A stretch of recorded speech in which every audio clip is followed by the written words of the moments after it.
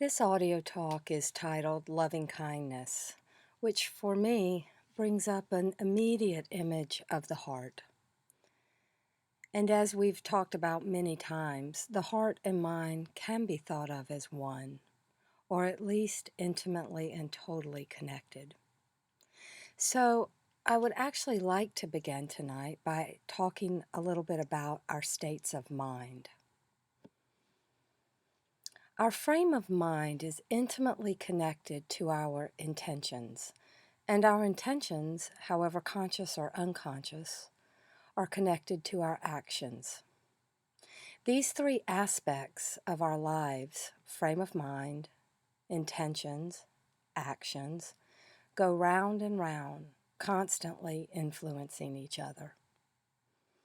Another way to look at this is through the lens of neuroscience. It is now understood that the mind and brain are not the same. The brain is the organ that is housed in the skull and is in continuous connection to the spinal cord and ultimately the entire body. The mind can be thought of as a process, the process of energy and information flow that occurs within the brain and extends throughout the body. From this, we see how the mind shapes the brain. We understand the processes of energy and information flow from one neuron to the next, literally transforms our lived experience by way of neuroplasticity. As the brain changes through neuroplasticity and neurogenesis, the actual birth of new neurons, the mind changes as well. And so it goes. We change our thinking or frame of mind, and the mind changes the brain. And as the brain changes, the mind changes, and as the mind changes, the brain changes. And the cycle continues from birth to death. On a lived level, I know that many of you have experienced this. As you have repeatedly, day after day, taken your seat in meditation, focused the mind in quietness and stillness, you have felt brain change through the changes in your actual life. So let's look at this on an even more concrete level. Let's take anger, for example. If the frame of mind that we find ourselves in is one of anger or agitation, irritability, what happens? From this frame of mind, we begin to view the world around us in a particular way. What do we see?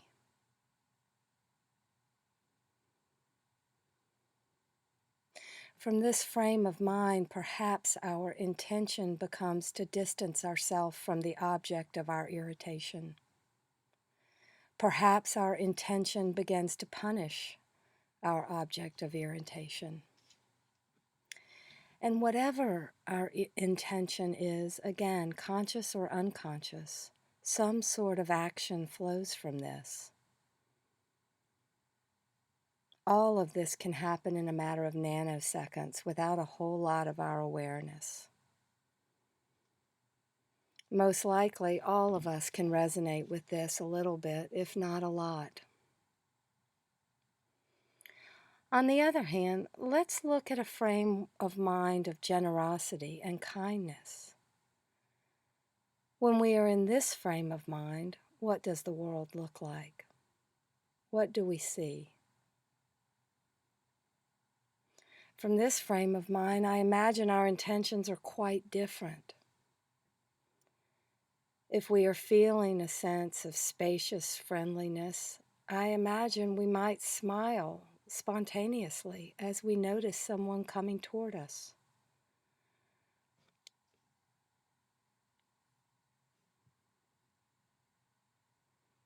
Right there, frame of mind, intention, action. The combination of all three of these roll out consistently all the time. So, coming to an understanding of the intimate circular relationship of mind and brain, or frame of mind, intention, and action, we began to see the importance of mindfulness in our lives.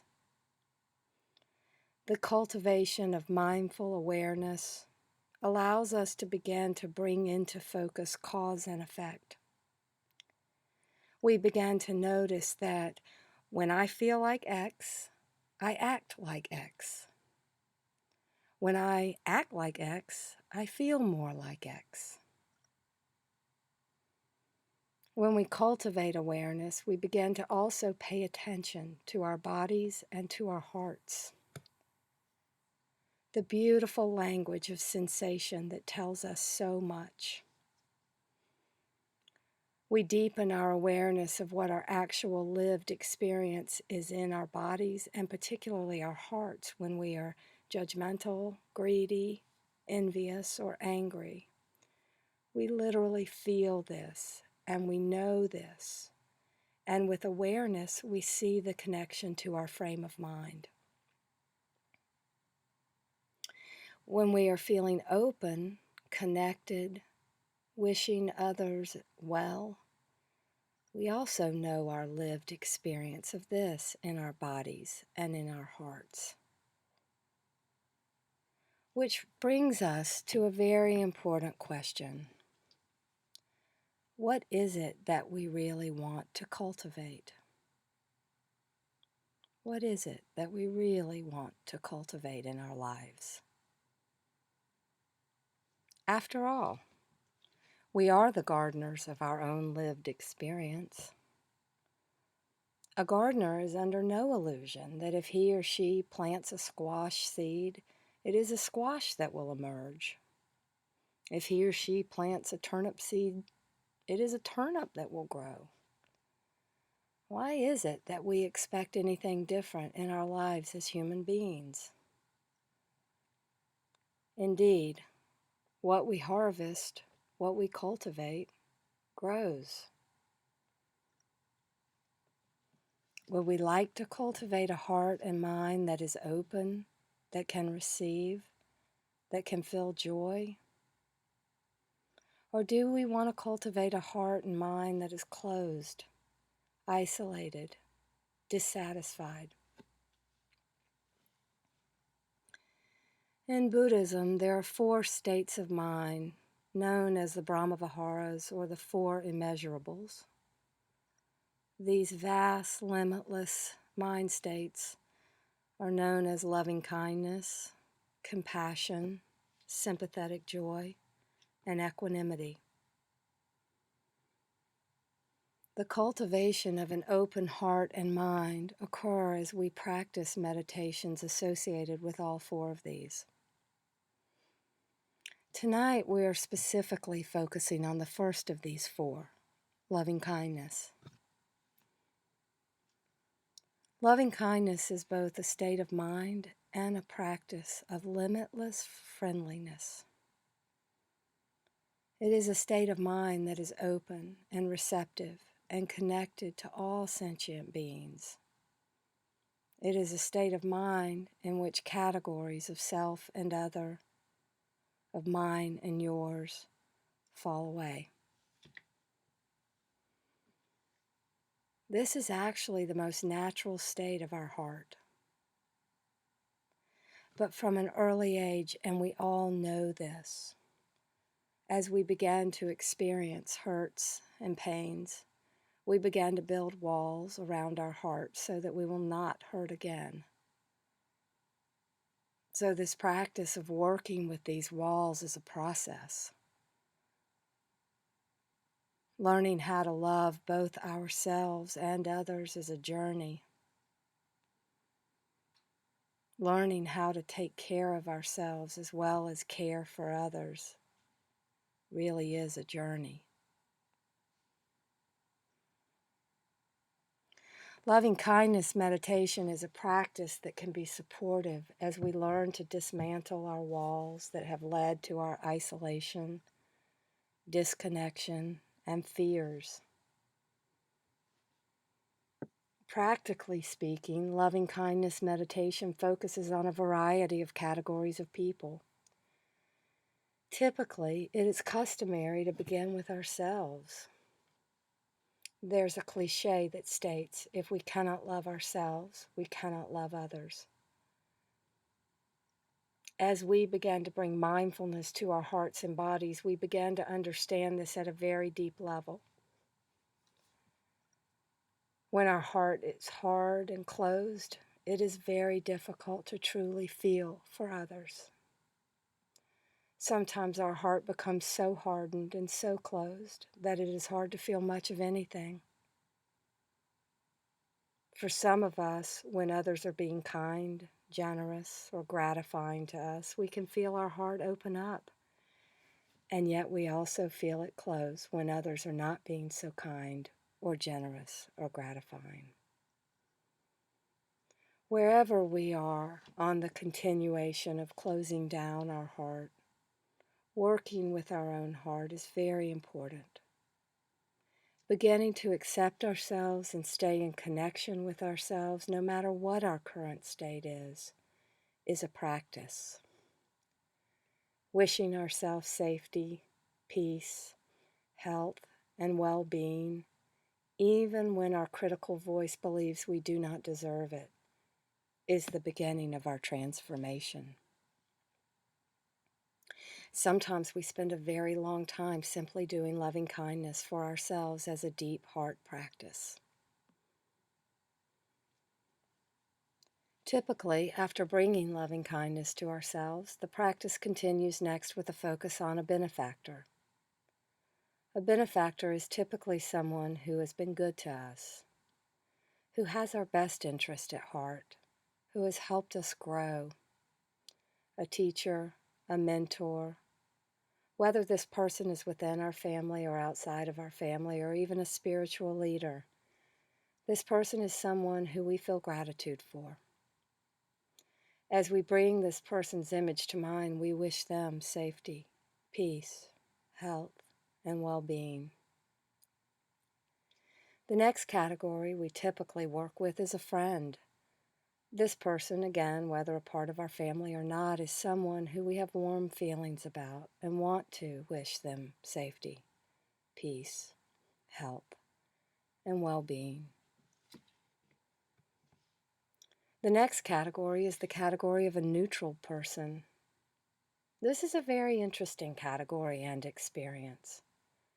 So often in our lives, we are very quick to decide, I like her, I don't like her.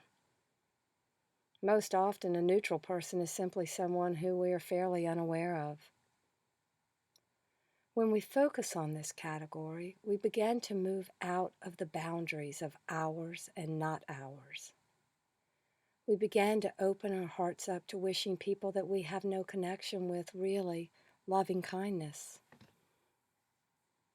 As we do this, there is a subtle expansion of our heart. So this person may be the pharmacist that you see each time you pick up a prescription. This might be a person who works in an office down the hall, or a neighbor that you see walking their dog, but you've never broken your routine to speak to her or him.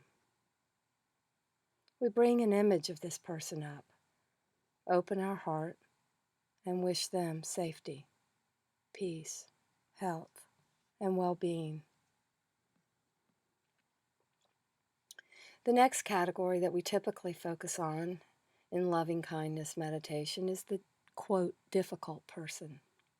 This is someone in our life that we're struggling with. Perhaps we feel hurt by them.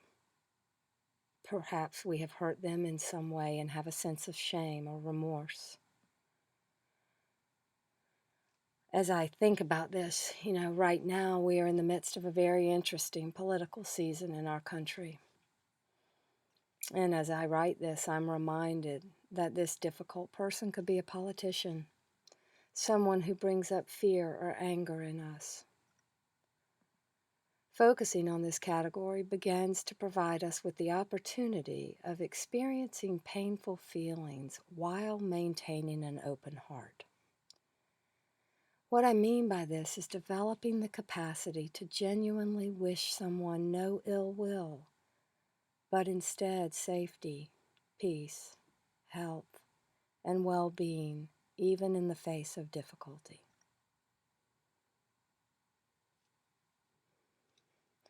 The final category is all sentient beings.